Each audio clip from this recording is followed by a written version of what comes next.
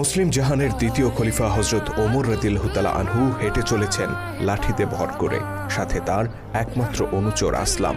বয়সের ভারে নুজু হয়ে পড়েছেন এককালের সুঠাম শক্তিশালী ওমর।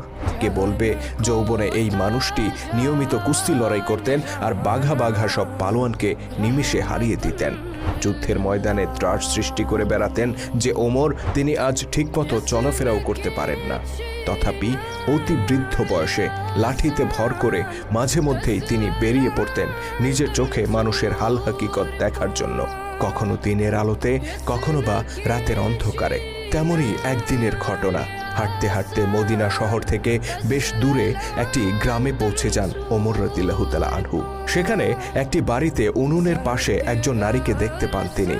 চুলায় পাতিল চড়িয়ে কি যেন সেদ্ধ করছেন। এদিকে তার পাশেই কয়েকটি শিশুকে কান্না করতে শোনা যায়।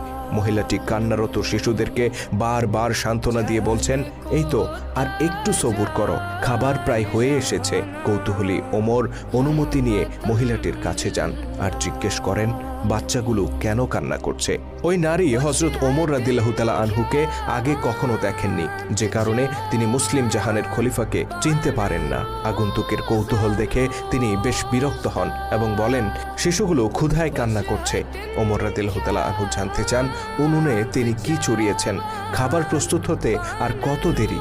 মহিলাটি আরো বেশি বিরক্ত হয়ে বলেন, পাতিলে কিছুই নেই, শুধু পানি চড়িয়ে রেখেছি।